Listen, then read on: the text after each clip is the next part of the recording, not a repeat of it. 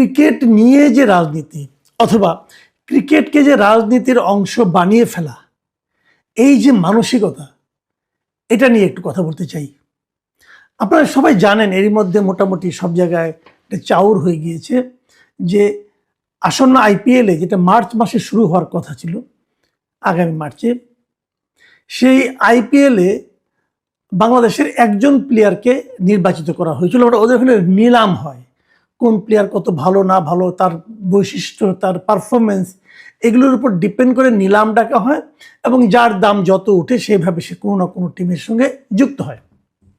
বাংলাদেশের একজন মাত্র প্লেয়ার সেই নিলামে তার নাম উঠেছিল এবং ওনাকে কোনো একটা টিম, মানে কলকাতা নাইট রাইডার্স, তারা ওই টিমের সদস্য হিসাবে আমাদের মুস্তাফিজুর রহমানকে তারা নির্বাচিত করেছিলেন, মানে তারা কিনে নিয়েছিলেন নিলামে।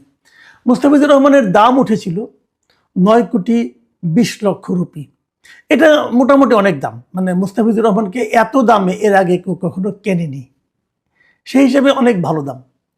তো অনেকেই ভাবছিল মুস্তাফিজুর রহমানকে এত দামে কিনে কে আর কি, মানে কলকাতা নাইট রাইডার্স কী করবেন না করবেন, নানা রকম হিসাব নিকাশ চলছিল। এই KKR এর মালিক কিন্তু শাহরুখ খান, আবার মানে ভারতের যিনি নায়ক, সিনেমার নায়ক শাহরুখ খান, উনি হল KKR এর মালিক। তো যা হোক, মুস্তাফিজুর রহমানকে উনি কেনা হয়েছে এবং উনি খেলবেন এটি সবাই জানে। কিন্তু এর মধ্যে এই ঘটনাগুলো আমরা যদি একটু ঘটনাক্রমের সঙ্গে একটু আলোচনা করি, চোখ বুলাই, তাহলে আমরা বুঝতে পারবো। এই যে নিলামটা, এটা হয়েছিল গত বছরের 16 ডিসেম্বর দুবাই, এবং ওরা তো চেয়েছে, কিন্তু আমরা কি তাদেরকে দেবো? মানে আমাদের যারা জাতীয় দলের প্লেয়ার, তাদের খেলতে হলে আমাদের যে ক্রিকেট বোর্ড আছে তাদের একটা অনাপত্তি পত্র লাগে। সেই অনাপত্তি পত্র ভারতের ক্রিকেট বোর্ড, তারা বাংলাদেশের ক্রিকেট বোর্ডকে চিঠি লিখেছে যে আমরা মুস্তাফিজুর রহমানকে নিয়ে আমাদের এই আইপিএলে খেলাতে চাই, আপনারা কি অনুমতি দিবেন? এটা তারা চিঠিটা চাওয়ার পরে 18 তারিখে বাংলাদেশের ক্রিকেট বোর্ড বলেছে হ্যাঁ, আমরা ওরাকে একটা শর্ত সাপেক্ষে খেলতে দেব। সেই শর্তটা কি, যে মাঝখানে 1 সপ্তাহের জন্য এপ্রিল মাসের 8 তারিখ থেকে এই সময় তাকে ছাড়তে হবে, কারণ তখন বাংলাদেশে আমাদের একটা জাতীয় পর্যায়ের খেলা আছে, এই জন্য। তো সেই হিসেবে তাকে ছাড়পত্র দেওয়া হয়। এখন এরপরে শুরু হলো রাজনীতি। মানে 9 দিন পরে ডিসেম্বরের 27 তারিখে প্রথম মধ্যপ্রদেশের একটা মন্দিরের প্রধান উপাসক মহাবীর নাথ, উনি দাবি করলেন যে মুস্তাফিজুর রহমানকে আইপিএল থেকে বাদ দিতে হবে। যদি বাদ দেওয়া না হয় তাহলে ওনারা আইপিএল এর পিচ নষ্ট করে দিবেন, মানে আইপিএল হতেই দিবেন না। এই ধরনের দাবি তারা করলো। এটা একটা রাজনৈতিক দাবি, এবং বুঝতেই পারছেন একটা মন্দিরের উনি প্রধান উপাসক, মানে এক ধরনের ধর্মীয় একটা দাবি আসলো। যে এই দাবিটার পেছনে কারণটা কি হতে পারে? সম্ভাব্য কারণ হলো যে 18 তারিখে, মানে এর মধ্যে 16 তারিখ কিন্তু নিলাম হয়ে গেছে। 18 তারিখে এর আগেই কিন্তু মানে ভারতের ক্রিকেট বোর্ড থেকে বাংলাদেশের ক্রিকেট বোর্ডের কাছে মুস্তাফিজকে চাওয়া হয়েছে। তারপরে 18 তারিখে, যেদিন তারা চেয়েছে ওই দিনই বলা যায়, 18 তারিখে আমাদের এখানে ভালুকায়, ময়মনসিংহ জেলার ভালুকার এখানে দীপুচন্দ্র দাস নামে সনাতন ধর্মাবলম্বী এক লোককে পুরো গণপিটুনিতে মব তৈরি করে মেরে ফেলা হয় এবং তাকে আগুন দিয়ে জ্বালিয়ে দেওয়া হয়। অবশ্যই এটা ন্যাক্কারজনক ঘটনা। এরই মধ্যে এই ঘটনার প্রেক্ষিতে অনেককে বিচারের আওতায় আনা হয়েছে, প্রায় 12-13 জনকে গ্রেফতারও করা হয়েছে কিন্তু, এবং তাদের নিয়ে বিচার চলবে। কিন্তু সেই ঘটনার প্রতিবাদে, যেহেতু এদেশে সনাতন ধর্মাবলম্বীরা নিরাপদ নয়, এই অজুহাত তুলে ভারতের প্রস্তাব হলো আমরা বাংলাদেশের কোনো প্লেয়ারকে এখানে ঢুকতে দেব না, খেলতে দেব না। এবং এই যে দাবিটা, এই দাবির সঙ্গে বিজেপি এবং বিজেপি যারা অঙ্গ সংগঠন আছে, বিজেপি যারা সহযোগী সংগঠন আছে, বিভিন্ন উগ্র হিন্দুবাদী দল যারা আছে, তারাও কিন্তু এই দাবির সঙ্গে সুর মেলালেন। এবং তারপরে যে ঘটনা হলো, তারা সিদ্ধান্ত নিলেন, এবং সেই সিদ্ধান্ত নিলেন গতকালকে 3 তারিখে তারা সিদ্ধান্ত নিলেন যে আমরা মুস্তাফিজুর রহমানকে নেব না। প্রথমে সিদ্ধান্ত নিল ভারতীয় ক্রিকেট বোর্ড, তারপরে সেই সিদ্ধান্ত তারা KKR মানে কলকাতা নাইট রাইডার্সকে জানিয়ে দিল, এবং কলকাতা নাইট রাইডার্স তারাও বললো আমরা মুস্তাফিজুর রহমানকে ছেড়ে দিচ্ছি, তাকে আমরা নেব না। এই পর্যন্ত হলো গতকালকের ঘটনা। তারপর কি ঘটলো? তারপর যে ঘটনা ঘটলো, যে বাংলাদেশের কর্তৃপক্ষ যারা আছেন, বাংলাদেশের ক্রিকেট বোর্ড বলেন, বাংলাদেশের গভর্নমেন্ট বলেন, বাংলাদেশের সাধারণ মানুষ বলেন, অথবা বাংলাদেশের যারা খেলোয়াড় আছে তারা বলেন, এরা সবাই কিন্তু এই ঘটনায় তীব্র প্রতিক্রিয়া জ্ঞাপন করলো, তীব্র প্রতিক্রিয়া প্রকাশ করলো। তাদের বক্তব্য হলো যে বাংলাদেশে যে সংখ্যালঘু হত্যার ঘটনা ঘটেছে এটা অবশ্যই নির্মম এবং এই জন্য বিচারও হচ্ছে। বাংলাদেশে অনেক হত্যাকাণ্ডের ঘটনা ঘটে, সেগুলো বিচার হয় এবং কেবল বাংলাদেশে না, ভারতেও অনেক হত্যাকাণ্ড ঘটে, ভারতেও অনেক সংখ্যালঘুকে মারা হয়, সংখ্যালঘুকে অত্যাচার করা হয়, টর্চার করা হয়, এরকম বহু ঘটনা আছে। ওখানেও আগুন জ্বালিয়ে পুরা হয়েছে, অনেক ঘটনা আছে। এক ভদ্রলোকের বাসায়, এক মুসলিম ভদ্রলোকের বাসার তার ফ্রিজের মধ্যে গরুর মাংস আছে এই সন্দেহ করে ওই লোককে জীবন্ত পুড়িয়ে মারা হয়েছে, এমন ঘটনাও কিন্তু ভারতে ঘটেছে। একটা দুটা না, এরকম অনেক ঘটনা আছে। আর ওই জম্মু কাশ্মীরের কথা তো বাদই দিলাম, ওখানে কি হয়েছে। তো এই যে ঘটনাগুলো আছে, এগুলোর প্রেক্ষিতে ভারত নিশ্চয়ই ব্যবস্থা নিচ্ছে অথবা নেবে, কিছু একটা তো করবে তাদের দেশের ঘটনা যেহেতু। কিন্তু সেই কথাকে সামনে এনে আমরা কি ভারতের সঙ্গে আমাদের অন্য কোনো ধরনের ক্রিয়া ইভেন্টকে বন্ধ করে দেওয়া কি ঠিক হবে? এই প্রশ্নগুলো কিন্তু জরুরি। কিন্তু ভারত এবার তাই করলো। ভারতের এই ধরনের উদাহরণ তারা পাকিস্তানের সঙ্গে করেছে। পাকিস্তান তাদের শত্রু রাষ্ট্রে পরিণত হয়েছে। তারা পাকিস্তানে গত কয়েক বছর ধরে, কয়েক দশক ধরে তারা পাকিস্তানে কিন্তু খেলতে যায় না। বিশ্বকাপের সময়ও তারা পাকিস্তানে খেলতে যায় না। পাকিস্তান ইন্ডিয়াতে আসে, কিন্তু ভারত পাকিস্তানে যায় না, তারা খেলে না। এমনকি কিছুদিন আগে একটা টুর্নামেন্ট আমরা দেখলাম, খেলা শেষে দুপক্ষের খেলোয়াড়দের হাত মেলানোর যে একটা সৌজন্যতার পদ্ধতি আছে, ভারতের প্লেয়াররা পাকিস্তানের সঙ্গে হাত মেলাতে পর্যন্ত অস্বীকৃতি জ্ঞাপন করে। এটা ক্রীড়ার যে স্পোর্টসের যে স্পিরিট, তার সঙ্গে কতটুকু যায় এটা আমি জানি না, কিন্তু এরকম হচ্ছে। এবং তারই প্রতিফলন যেন আমরা এবার দেখলাম বাংলাদেশের সঙ্গে। নানা ধরনের মতামত কিন্তু আছে। আমরা যেমন বলি, যখন আমরা বলি যে বাংলাদেশে মানে কেন বাংলাদেশকে খেলতে দেওয়া হবে না, ভারতে তারা আমাদের একজন প্লেয়ারকে নেবে না, এটা কি ওই ঘটনার সঙ্গে এটা কি জড়িত? খেলার সঙ্গে আপনার রাজনীতিকে কেন মেশাচ্ছেন, যখন এগুলি বলা হয়, তখন আবার ভারতের দিক থেকেও কিছু লোককে দেখে মন্তব্য করে। তারা বলে যে খেলার সঙ্গে তো রাজনীতি আপনারাও মেশাচ্ছেন। আমরা কীভাবে মেশাচ্ছি? তখন তো একটা অজুহাত দেয়। সেই অজুহাত দুটো ঘটনার কথা বলে যে সাকিব আল হাসান আপনাদেরই প্লেয়ার, তাকে আপনারা খেলতে দিচ্ছেন না, কেন দিচ্ছেন না? রাজনীতির কারণেই তো দিচ্ছেন না। মাশরাফি মুর্তজা, তাকে আপনারা খেলতে দিচ্ছেন না কেন? রাজনীতির কারণে দিচ্ছেন না। বা রাজনীতি তো আপনারা করতেছেন খেলার মধ্যে, তাহলে আমরা করলে সমস্যাটা কি? দেখেন, এই দুইটাই কিন্তু দুই ধরনের খোরা যুক্তি আমি মনে করি। আমি কিন্তু নিজে পার্সোনালি মনে করি যে সাকিব আল হাসান একজন ক্রিকেটার এবং সেই সঙ্গে সাকিব আল হাসান বাংলাদেশের একজন পলিটিশিয়ান। রাজনীতিবিদ হিসাবে যদি তার কোনো অপরাধ থেকে থাকে, তার জন্য রাজনীতিবিদ হিসেবে তার বিচার হতে পারে, এটা নিয়ে আমার কোনো আপত্তি নেই। কিন্তু সেই কারণে তাকে খেলতে না দেওয়ার যে ইচ্ছা, খেলতে না যাওয়ার যে প্রবণতা, খেলতে না দেওয়ার যে সিদ্ধান্ত, এই সিদ্ধান্তটা নিয়েছেন আমাদের আগের যিনি এই ক্রীড়া বিষয়ক উপদেষ্টা ছিলেন আসিফ মাহমুদ সজীব ভাইয়া, তার নেওয়া সিদ্ধান্ত আমি মনে করি, তার এই সিদ্ধান্তটা আমি মনে করি ঠিক ছিল না, একেবারেই ঠিক ছিল না। এমনকি এমনও ঘটনা আছে, আমি অনেক কিছু কথা বলতে পারি, যে একজন লোক মনে করেন সে সেলিব্রিটি, সে মুভি করে অথবা সে ভালো খেলে, তার একটা অপরাধ করেছে, সে অপরাধে সে জেলে আছে, কিন্তু যখন সে খেলাটা হয়েছে তখন জেল থেকে প্রেরণে মুক্তি দিয়ে ওই খেলাটা খেলতে দেওয়া হয়েছে। ওই স্টারকে ওই জেলখানা থেকে মুক্তি দিয়ে তাকে মুভিটা করতে দেওয়া হয়েছে এবং মুভি শুটিং করার পরে তাকে আবার জেলখানায় ঢোকানো হয়েছে।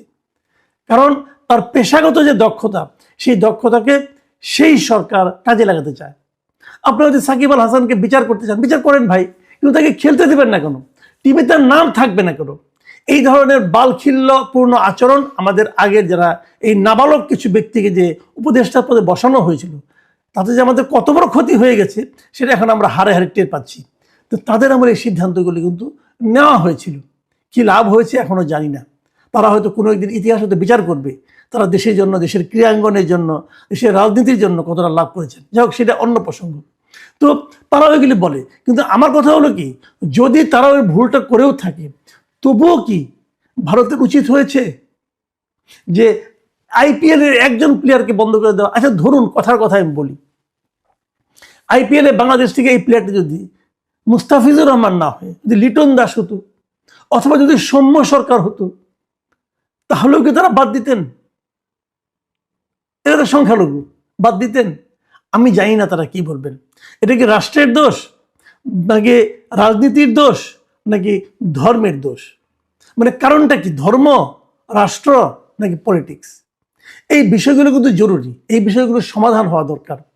এখন দেখুন আমাদের সঙ্গে ভারতের সম্পর্কে টানাপোড়েন চলছে, নানা কারণেই চলছে। তাদের একান্ত অনুগত আওয়ামী লীগ সরকার দেশ থেকে বিতাড়িত হয়েছে, এই জন্য তারা মন খারাপ করতেই পারে, কোনো সমস্যা নাই। কিন্তু সেই মন খারাপের যে প্রতিক্রিয়া তারা দেখাচ্ছে, সেই প্রতিক্রিয়াগুলি কি খুব শোভন হচ্ছে? দেখুন ভারতেরই কংগ্রেসের একজন গুরুত্বপূর্ণ ব্যক্তি মিসেস শশী থারুর, তিনি কিন্তু এই প্রশ্নটাই করেছেন, যেতে লাভ হয়েছে কার? এতে কি ভারত সরকারের লাভ হয়েছে? এতে কি বাংলাদেশের লাভ হয়েছে? কার লাভ হয়েছে? শশী থারুর যে কথাটা বলেছেন, উনি টুইট করেছেন, উনি কি বলেছেন আমি আপনাদের একটু পড়ে শোনাই।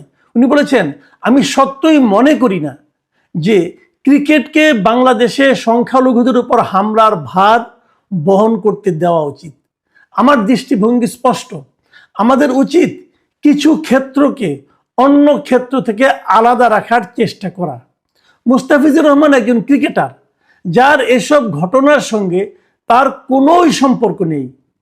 তিনি ব্যক্তিগতভাবে ঘৃণাসূচক কথা, হামলা বা এমন কর্মকাণ্ডকে সমর্থন কিংবা ন্যায্যতা দেওয়ার জন্য কখনো অভিযুক্ত হননি। তিনি একজন ক্রীড়াবিদ, আর এই দুটো বিষয়কে মিশিয়ে ফেলাটা অনুচিত। এটা কিন্তু ভারতের একজন গুরুত্বপূর্ণ রাজনীতিবিদ, তার মন্তব্য। তার মানে ওখানেও কিছু লোক আছে যারা নাকি এই উগ্র চিন্তাগুলিকে সমর্থন করছে না। আমি আরেকটা কথা বলে শেষ করি। ধরা যাক আমাদের এখানে দীপুচন্দ্র দাস এরকমভাবে নৃশংসভাবে উনি নিহত হয়েছেন, এটা অবশ্যই নিন্দার এবং এর বিচার, এর কঠিনতম বিচার হওয়া উচিত। কিন্তু আমাদের দেশে মবের শিকার হয়ে অনেক মুসলমানও তো মারা গেছে, অনেক মুসলমান মারা গেছে গত এক বছরে, অনেক শতাধিক। সেই সমস্ত ক্ষেত্রে ভারত কেন প্রতিক্রিয়া প্রকাশ করে নাই? ভারত কেন বলে নাই এই মবের শিকার হয়ে এই লোকগুলিকে আপনাদের মারা ঠিক হচ্ছে না? বলে নাই তো। তারা খালি হিন্দু বলেই তারা বললো। আচ্ছা এটা বাদ দেন, এর আগে যখন আওয়ামী লীগ গভর্নমেন্ট সরকারে ছিল, তখন আওয়ামী লীগ আমলে তো অনেক লোক গুম হয়ে গেছে। গুমের ঘটনা নিয়ে তো এর মধ্যে গুম কমিশন হয়েছে, আমরা জানতে পেরেছি বছরের পর বছর কিভাবে একজন লোককে আটকে রাখা হয়েছে। সেই সমস্ত ঘটনা নিয়ে কি ভারত এ যাবৎকালে কখনো কোনো প্রতিক্রিয়া প্রকাশ করেছে? সেই গুম হওয়া লোকদের মধ্যে তো হিন্দুও ছিল, সংখ্যালঘু লোকও ছিল, তো তখনও তারা এই ধরনের কোনো রিয়াকশন প্রকাশ করেনি। এখন কেন করছে? আসলে এখানে ধর্মটা ইস্যু না, এখানে ইস্যু হলো রাজনীতি, এখানে ইস্যু হলো পলিটিক্স। সে কারণেই যখন নাকি মিস্টার জয়শঙ্কর এদেশে এসেছিলেন খালেদা জিয়ার শেষকৃত্যে অংশ নিতে এবং তারেক রহমানকে সমবেদনা জানাতে, তখন আমি যেন ভেবেছিলাম যে বোধ করি একটা পলিটিক্যাল গভর্নমেন্ট আসলে পরে সেই সমস্যাটা কিছুটা হলে মিটবে। কিন্তু এখন তারা যা করলো মুস্তাফিজুর রহমানকে কেন্দ্র করে, এখন কিন্তু তারা বিএনপিকেও বিপদে ফেলে দিল। বিএনপি যদি চায়ও যে আমরা ভারতের সঙ্গে একটা সম্পর্ক অথবা সুসম্পর্ক করব, সেটা কিন্তু আমাদের মাস পিপলের চিন্তার বিপরীতে যে করতে হবে। কারণ এই ঘটনার মাধ্যমে ইন্ডিয়া কিন্তু আমাদের মাস পিপলকে, আমাদের সাধারণ মানুষকে ক্ষিপ্ত করে দিয়েছে। দেখুন এর মধ্যে ফল কি হয়েছে। আমাদের ক্রীড়া বিষয়ক উপদেষ্টা তিনি বলেছেন যে আমাদের উচিত ভারতে যে আগামী এই মাসের এই ফেব্রুয়ারি 7 তারিখ থেকে যে টি-20 বিশ্বকাপ হওয়ার কথা, সেখানে অংশগ্রহণ না করা। বাংলাদেশের টি-20 বিশ্বকাপে কয়েকটা ম্যাচ আছে, প্রথম পর্যায়ে সবগুলি ম্যাচ কিন্তু ভারতে হবে। টি-20 বিশ্বকাপটা হবে ভারতে এবং শ্রীলঙ্কায়। প্রথম পর্যায়ে সবগুলি ম্যাচ ভারতে হবে। এরই মধ্যে বাংলাদেশ সিদ্ধান্ত নিয়েছে, ক্রিকেট বোর্ড সিদ্ধান্ত জানিয়ে দিয়েছে আইসিসিকে, ইন্টারন্যাশনাল ক্রিকেট কাউন্সিলকে জানিয়ে দিয়েছে যে আমরা ভারতে কোনো ম্যাচ খেলবো না। এবং আমাদের ক্রিকেট বোর্ডের যুক্তি খুব সহজ, যে ভারত যদি আমার একজন মুস্তাফিজুর রহমানকে নিরাপত্তা দিতে না পারে, তাহলে আমার 11 জন প্লেয়ার, 20 জন প্লেয়ারকে তারা কীভাবে নিরাপত্তা দেবে? আমরা ভারতে নিরাপদ অনুভব করছি না, আমরা ভারতে কোনো ম্যাচ খেলবো না। কারণ ভারতে ম্যাচ না খেলে ভারত কী করবে? বাংলাদেশের পক্ষ থেকে বলা হয়েছে এই ম্যাচগুলি শ্রীলঙ্কায় হোক। শ্রীলঙ্কায় কীভাবে করবে? কারণ ভারতের এই প্রত্যেকটা টিমের 25 জন 26 জন লোকের হোটেল ভাড়া, বিমানের টিকিট সব তো হয়ে গেছে, ধারাভাষ্যকার সব তো ঠিক হয়ে গেছে। তাহলে কীভাবে সমাধান করবে ভারত? ভারত কিন্তু এ নিয়ে বলছে যে এরকম আবদার করলে হয় না, কিন্তু আবদার করার বাস্তবতা তো আপনারা তো তৈরি করেছেন। কেন আপনারা এটা করতে গেলেন? এর সমাধান কি হবে আমি জানি না, এর ফলও যে খুব একটা শুভ হবে আমি সেটাও মনে করি না। এরই মধ্যে বাংলাদেশের মানুষের মধ্যে এক ধরনের আবেগ তাড়িত হয়ে এক ধরনের কথা তারা বলছেন, এবং এটাকে আমি একদম উড়িয়ে দিই না।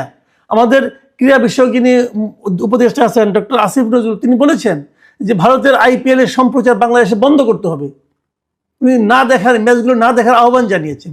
আমি জানি ভারত বলবে না দেখলে আমাদের কি হবে, হ্যাঁ কিছুই হবে না, কিন্তু আপনারা একটা কথা ভাবুন, আপনাদের একটা ম্যাচ, এত গুরুত্বপূর্ণ একটা টুর্নামেন্ট, সেটা আপনার পার্শ্ববর্তী দেশ দেখছে না, আপনারা সকল প্রতিবেশীর সঙ্গে ঝগড়া লাগিয়ে দিচ্ছেন। কেন করছেন এটা? এই রাজনীতিতে কার লাভ?